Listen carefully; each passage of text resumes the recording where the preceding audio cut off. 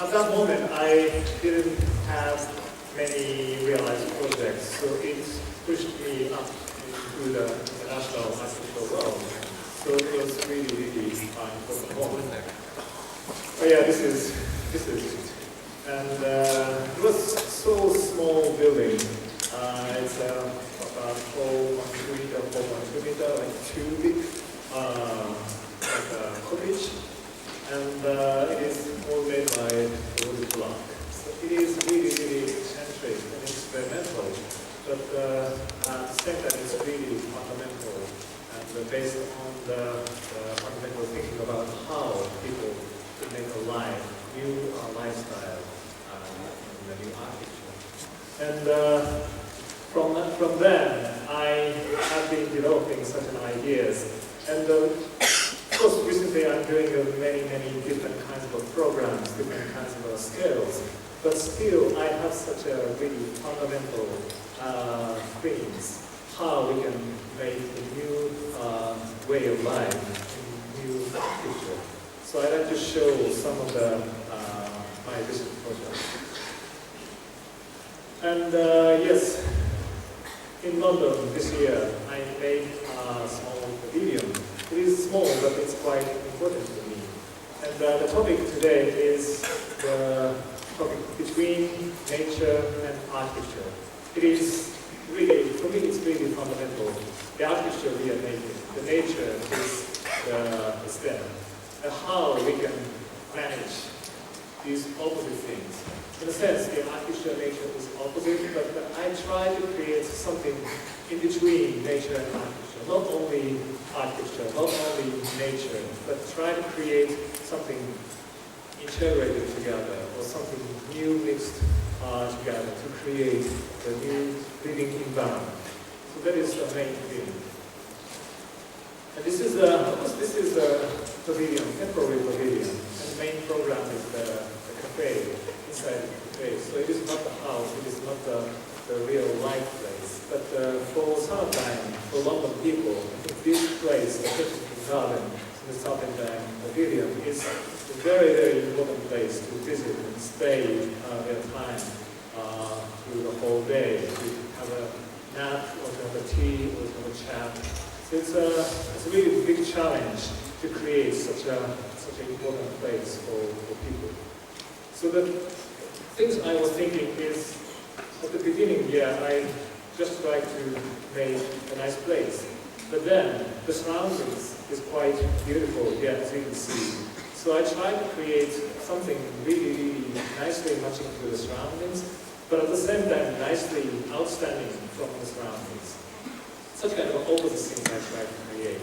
Then, this kind of a translucent structure finally outsold. It is made by a 20 millimeter steel pipe, really thin, and the module is 40 centimeter and 80 centimeter, so two different modules. The combination of such a really delicate structure, the whole thing made.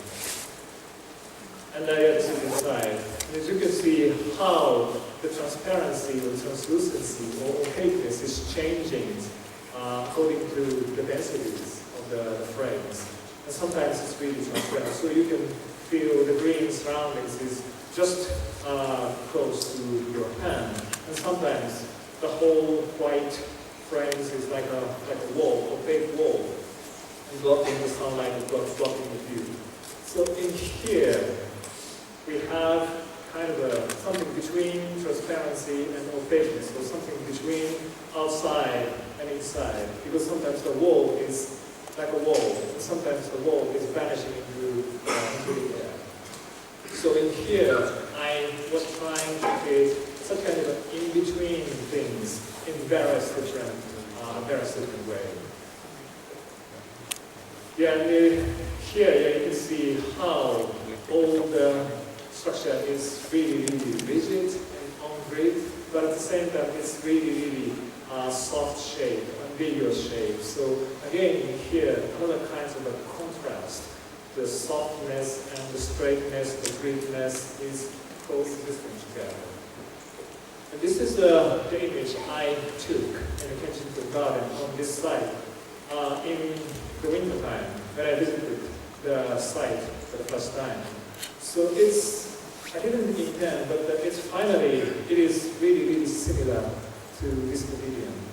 Yes, these nature trees is creating such a really complex, beautiful, at the same time it's really simple structure. And for example, for birds, it's a really nice place to play around or to stay or something. And then this pavilion, of course, the material is quite different, and the way it is made is quite different. But the same or similar kinds of the complexity and the simplicity is here. And similar kinds of the diversities where you can choose your own place or where you can choose your behaviors according to the place or according to the weather or according to how crowded it is. So I try to create such kind of a fundamental similarity between the natural things and artificial things. Not just to imitate the natural things, but to create some kind of a quality of the space and this kind of a simplistic complexity coexistence, like nature. So in that sense, something between nature and artificial is half artificial order and half natural complexity coming together to create such kind of things. And inside, yeah, it has inside. And inside, yeah, we have this kind of a cave-like space, and you can see easily, you can find the continuity from the final wooden house 5 years ago until this certain kind of pavilion. So, of course, I have been doing several different, or various different things, not doing the one things, but finally, after 5 years, we've developed the basic ideas in a more rich way, I believe. And inside, yeah, we have a coffee table, but the tables, even the tables, is very, very similar to the frames. We chose these tables because of such delicate frames. And then to create such a soft surrounding atmospheres by the really solid steel structures. So softness and solidness are coexisting together. So such kind of a contrast of the opposite things. I try to create something between, if I say something between something and something, between nature and artificial, between softness and hardness, solidness, then it is, I think, meaning the simple integrations. So not just mixing, but try to mix them and then to find out something new. No just the nature, not just the artificial, but to find something new between that kind of things. So how we can integrate the opposite things or different things is the big challenge and the good challenge to create something new. You can find some hidden place or hidden things from such a hidden areas, because in between areas is kind of ambiguous and hidden. You could easily see the contrast of the nature, artificial, but what is something between nature and artificial? Nobody knows. So you could think about it, you could make it. So that is the challenge and intention of our artificial challenge. And then, yeah, this is one of the sketch. And in this sketch, I try to create such kind of an integration of the furniture-like things and artificial-like things, and possibly the landscape-like things. Because, yeah, you could see many, many steps. So you could sit on, or you could use as a small table for a cafe. Some kind of furniture-like scales is getting bigger and bigger to create the artificial-like things. And then finally, it is like the more natural landscape. So different scales, small natural scales, the artificial scales, and much bigger landscape scales are now integrated together to create the new typology of the. So yeah, these ladies is climbing up the mountains like the frames. It is a nice experience, especially in the sunny day. It's quite nice. And if you see these steps, everybody likes to go out, try to experience what is it, or what is this landscape, artificial landscape. Or, of course, you can choose where you can sit on, or where you can be relaxed. the direction of the sun is changing, then the impression of the space is changing. So according to the time, according to the seasons, it depends. The whole thing is changing, depends on such a interesting change. And sometimes a really huge auditorium-like things is happening. So again, it is like landscape, but at the same time it's like a auditorium or the massive furniture things. So such kind of an integration of various different scales, various different topics is happening. And we try to create such a table in integration. And in the process, this is the way we are using the handmade models, but at the same time, it's really, really complicated structure. So we both use computer 3D modeling and computer calculations, but at the same time, using these kind of physical models. And this is a 1 to 10 scale models. So it's a huge, but it's physical. So we change it and then feedback to the computer model, and then another feedback to the physical model. So such kind of another integration with the handcrafts and computer things is happening in this project. And something between dogs and people's behaviors, something. Because you can see the dogs can go through these grids. The 40 centimeter is very, very nice scales for dogs to walk with. So for dogs it's much more better place. And again, this is the whole view. It's like a mountain, but it's a kind of porous, transparent mountain. So you can climb up, even outside you can climb up. You sit on to fully relax. Or you can come in, so every kind of contrast, every kind of the opposite thing is coming together, kind of this discussion. And then in the evening, you have a nice contrast between the object and the ephemeral things by the simple like that. So of course, I have been interested in such kind of integrations or something between A and B, but in this typical or in this special project, I try to create a maximized integration of really, really various different kinds of artificial topics. The scales, different scales, the furniture scales, artificial scales, and the landscape scales, and the transparencies, opaqueness, inside and outside, nature, architectures, furnitures, other functions, it's in between, and some programs is in between, and its existence is something in between. So such kind of in-between things, I feel it opened the door for us to challenge for the future. So here, between architecture and the landscape, so architecture and landscape is now not the independent things. It's now melting together to create something new, something more comfortable in a sense. Between furniture and architecture, the furniture scale is quite small, and architecture is quite big, but we can make something continuous from the smaller scales to the bigger scales. Then it opens the possibilities of the behaviors of ourselves in such an artificial or living environment. Or between inside and outside. It is really fundamental because the division of the inside and outside is very, very fundamental definition of architecture to create inside and then outside. But then, creating in-between space between inside and outside, we can have more choice of our life, of our behaviors. If the weather is fine, then we can go out more and more in the gradation from inside. And then, the nature and architecture, it's really, really fundamental. The nature and architecture. We couldn't mix them up, but then we can find how we can collaborate them together, or how we can coexist. And then, I'd like to talk more about my understanding of the nature and artificial things. And I was born in Hokkaido area. It's a north island of Japan.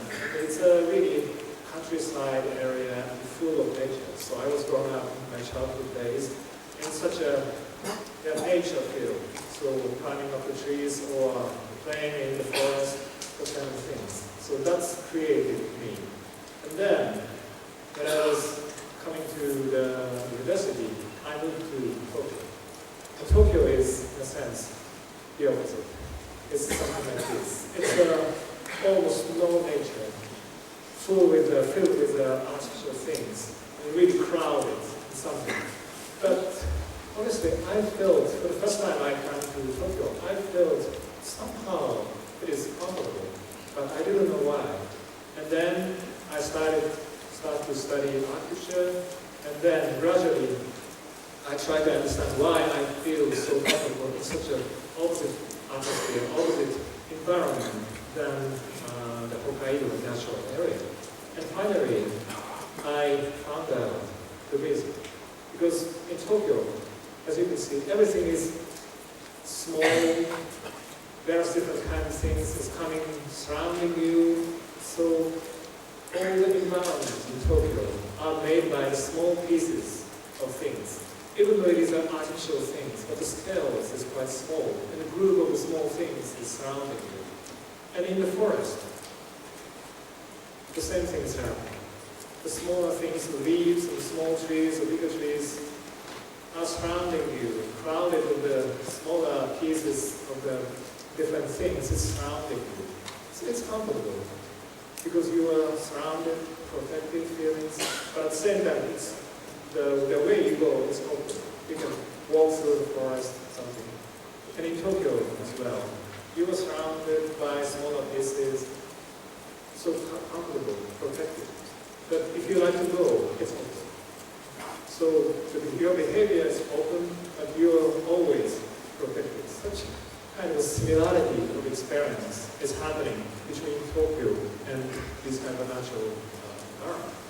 And then I felt, of course, the difference with the artificial things and natural things is really, really clear.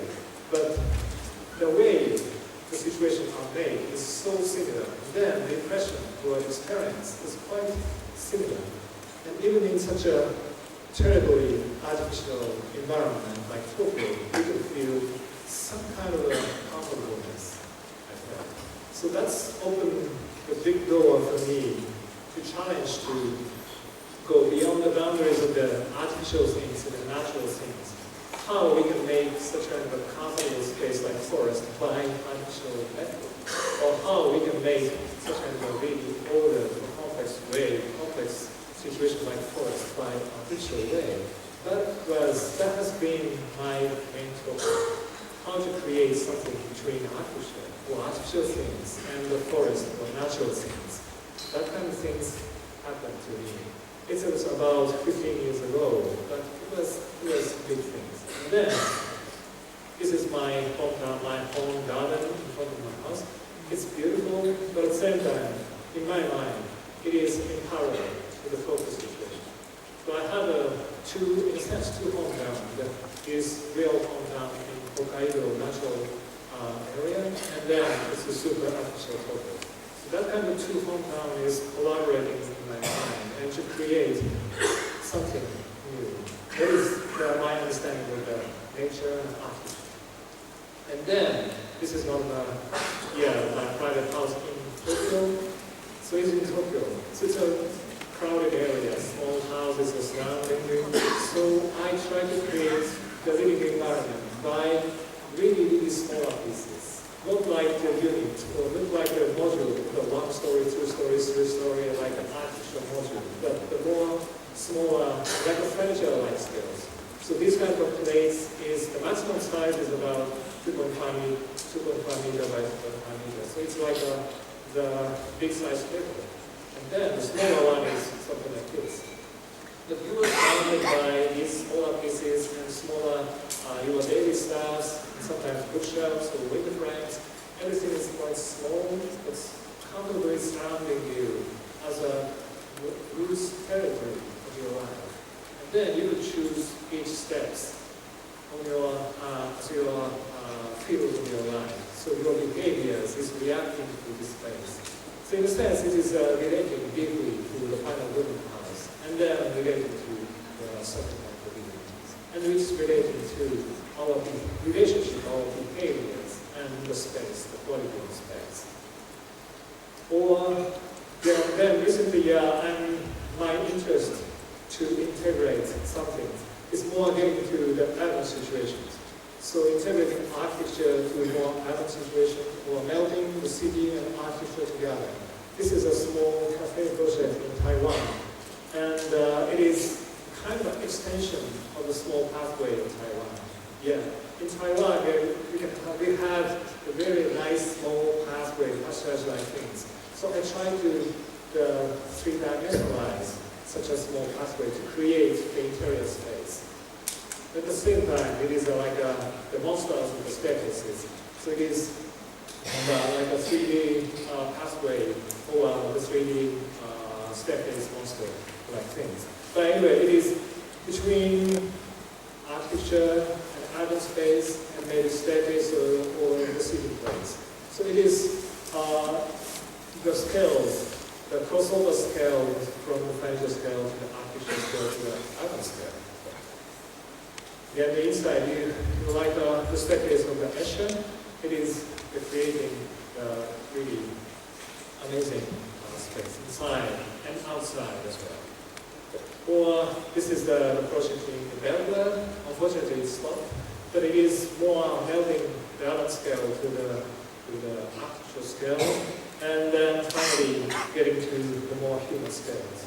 So the crossover scaling is quite exciting to me. So in that case, yeah, something between city or urban space and architecture, or something between urban scales and the furniture scales. So every time we try to create such kind of a really nice crossover of the situation. And then at the end of this presentation, I like to talk about one very important guy, Yukio Utagawa. He is a photographer and the publisher of the Architecture magazine. I think everybody knows about him, but he passed away this spring, in March. And at the last moment, I got a really precious opportunity to do the exhibition design of his really early works. It is the photos of the Japanese traditional house in 1955, so just after the war. So at that time, Japan has more traditional houses, and it is almost the first work of Utagawa-san. And he traveled all around Japan and then took the pictures. So it's kind of a huge series. So he, at the final moment, he decided to do the exhibition of his first works. And I did the exhibition design. It is his photos. It's some of them, these kinds of big photos, some of them this size. I hand all the photos from the ceilings to create the sceneries of the photos. Not only using the individual photos of the individuals, but sometimes you can focus on more or one photo image. And on the other occasion, you will see the whole spreading photoscapes in this physical space. Because during the process of the design, the message from Mr. Utagawa was quite important. He said the architects should design not just architecture. Architects should design the whole scenery of the situation. So not just design architecture, but whole scenery of the situation. So I try to realize, of course it's a very limited situation, but not only showing individual pictures, but sometimes people see the vast spreading scales, and the same on the other hand, focusing on more each focus. But anyway, I think that message from Utagawa-san about the scenery is now getting very, very important for me. And I think it's getting more and more important for the future. The scenery, in Japanese, it is we say fuke. Fu means the wind or the flow of the air. K is more like a scenery. So in Japanese, the scenery means not just the scenery, but the flow of the atmosphere, or the whole atmosphere of the situations. So I understand that Fukagawa-san's message is the artist is designing, of course, designing architecture, but not only architecture, but landscaping, of course, all the context, the harmony, and the life, or cultures behind it, or the time inside, of course, materialities, natures, and of course, the furnitures, or items, everything is in your life, everything, including everything. It is the task of the artist. I understand the message of the Fukagawa-san. So it is, for me, it is relating to the topic of between something and something. If you say between city and architecture, we can integrate city and architecture, not dividing city and architecture. We have to think about both of them.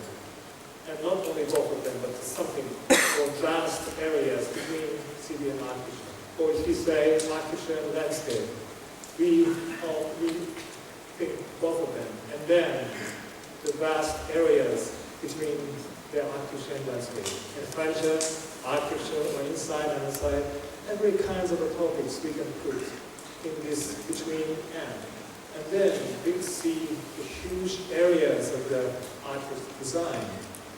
And then we have to struggle to manage or to handle such kind of a really huge area. And then finally we could make something really amazing and something long-lasting. And then finally, between nature and architecture, it's still really, really fundamental thing. And I felt the last message of the Fukagawa-san is quite important for me and possibly for all of the artists in the world. So that's why I like to try to talk about the Fukagawa-san story. Thank you very much.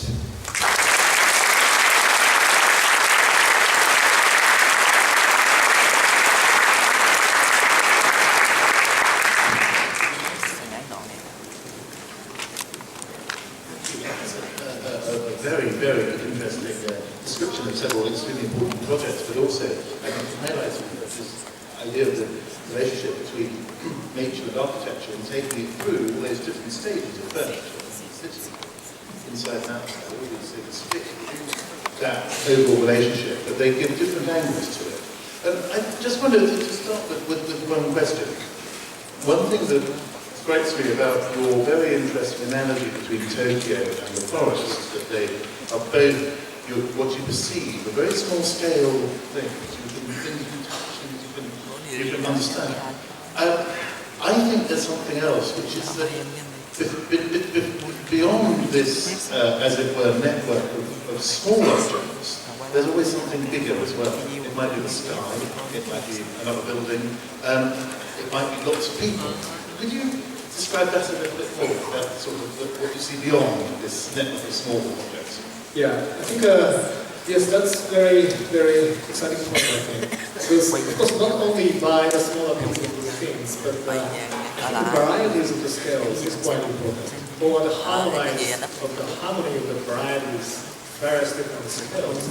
We have the smaller scale things, middle-sized scales, and bigger-sized scales, and if everything is nicely harmonized, nicely coexisting, then it is creating the beautiful living environment.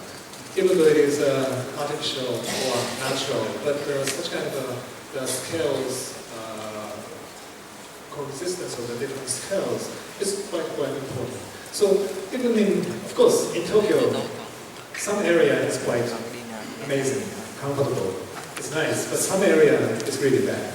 So in such a bad areas, the lack of the smaller scales, for example, or lack of the densities, or lack of the openness, such kind of things is happening. But if you like to create nice environment, living environment, I think such a diversity for the scales is quite wonderful.